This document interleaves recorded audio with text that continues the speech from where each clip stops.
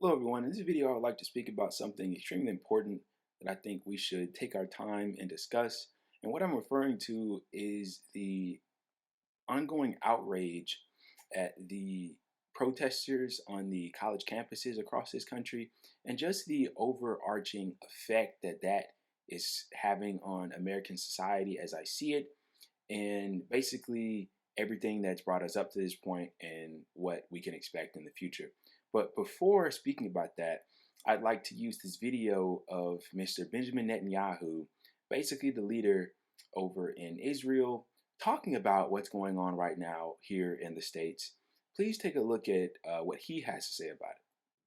What's happening on America's college campuses is horrific. Anti-Semitic mobs have taken over leading universities. They call for the annihilation of Israel. They attack Jewish students. They attack Jewish faculty.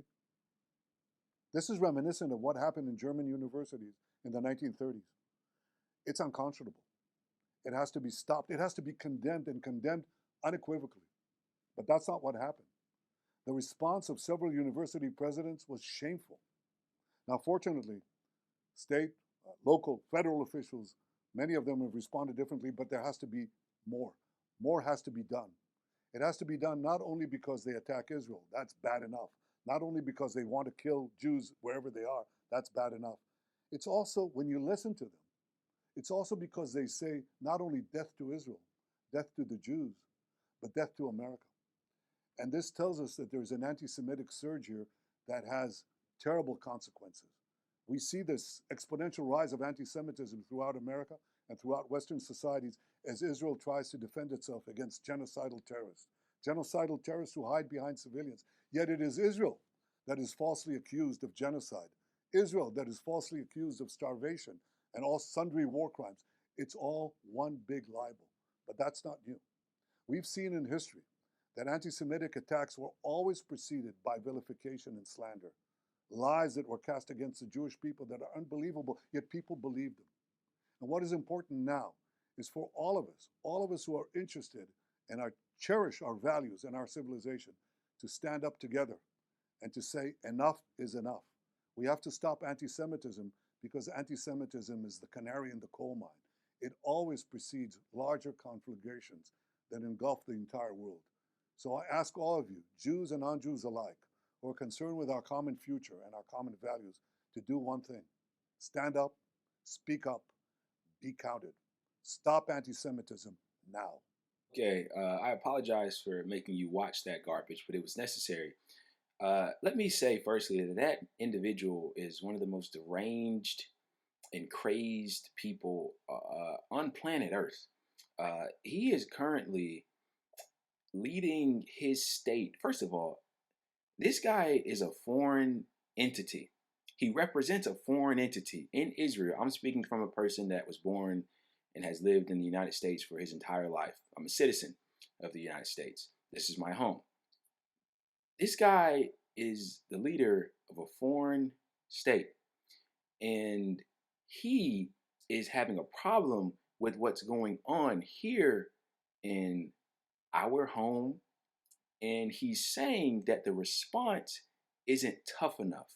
This guy, this foreign individual, is calling for our local, state, and federal authorities, you just heard him say it, crack down even harder than they already have on these people, these kids at college campuses that are, here we go, expressing their speech freely, which is something that many people think that they have in this country as a right.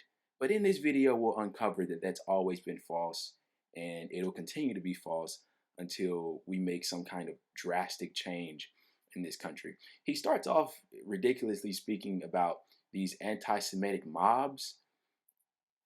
I gotta be honest with you, now and even in the past, whenever this comes up, and this is hard to speak about because it garners such a terrible reaction from Zionists or reactionaries or whoever, whatever you want to call these people that come out and just scream anti-Semite or just say that something is anti-Semitic because they simply agree with your position on something, such as in this case genocide.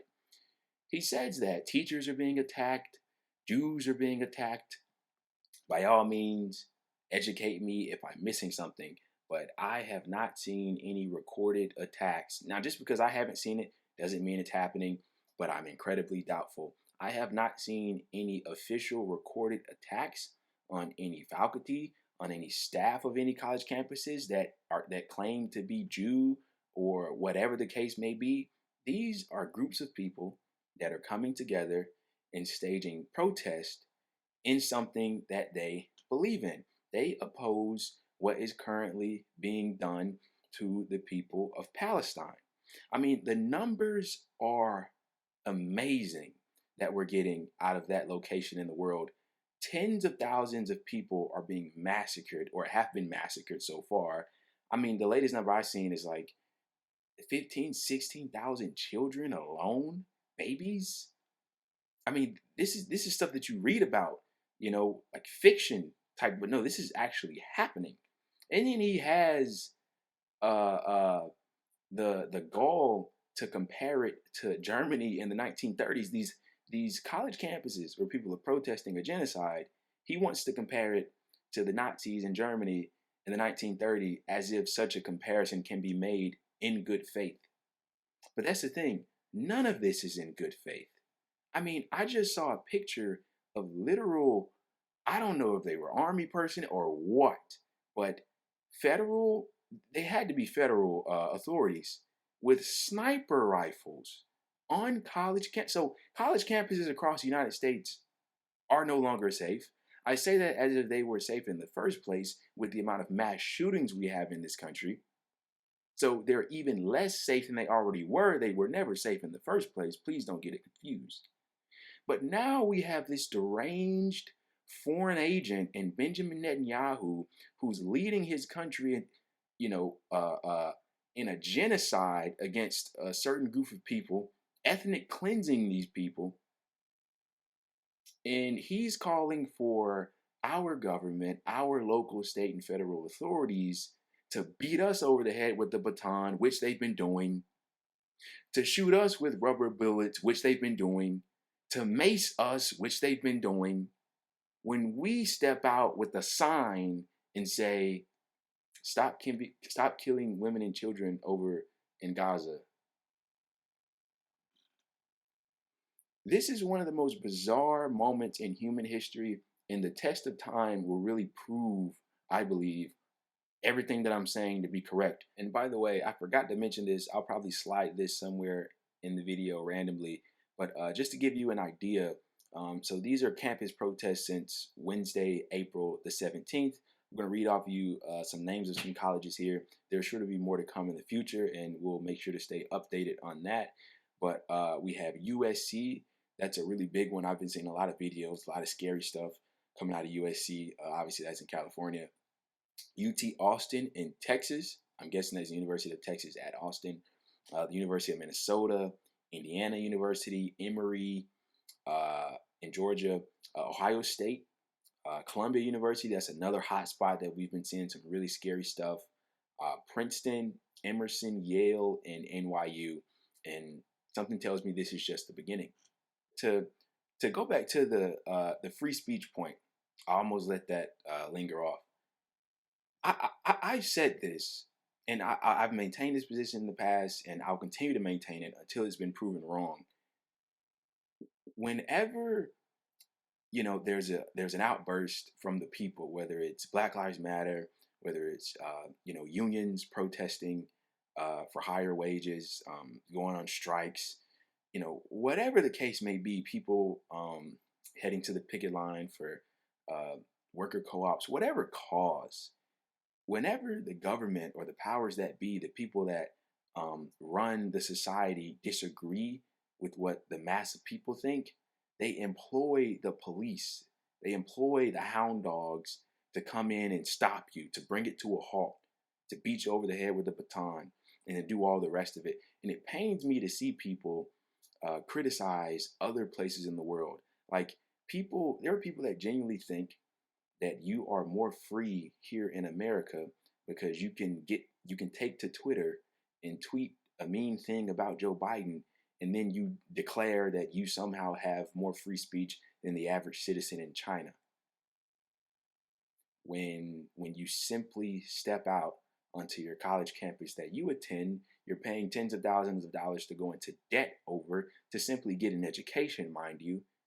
And then you step outside one day with an opinion about something that your government disagrees with because they're aiding and abetting in this genocide. And then you get beat up by the police that come on campus and tell you that you can't do that. And they put you in handcuffs and they arrest you, treat you very harshly. In what sense is this free speech? In what sense are you freer than the people that you criticize?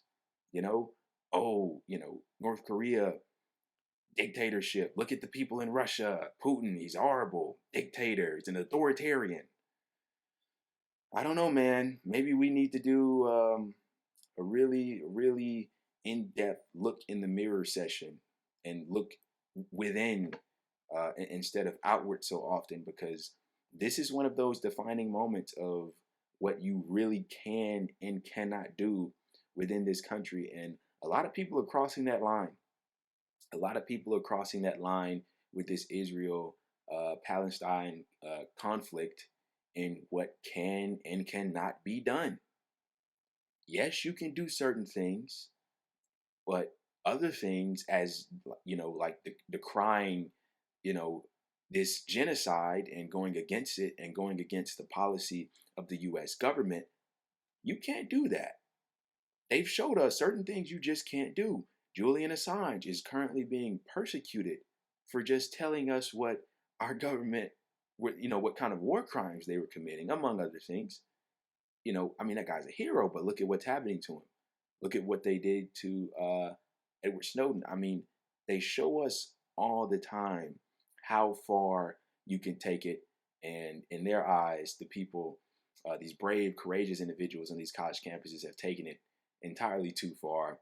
But anyway, needless to say, we are going in a very, very, very scary direction with everything surrounding this conflict. And we can only sit and see where it goes from here.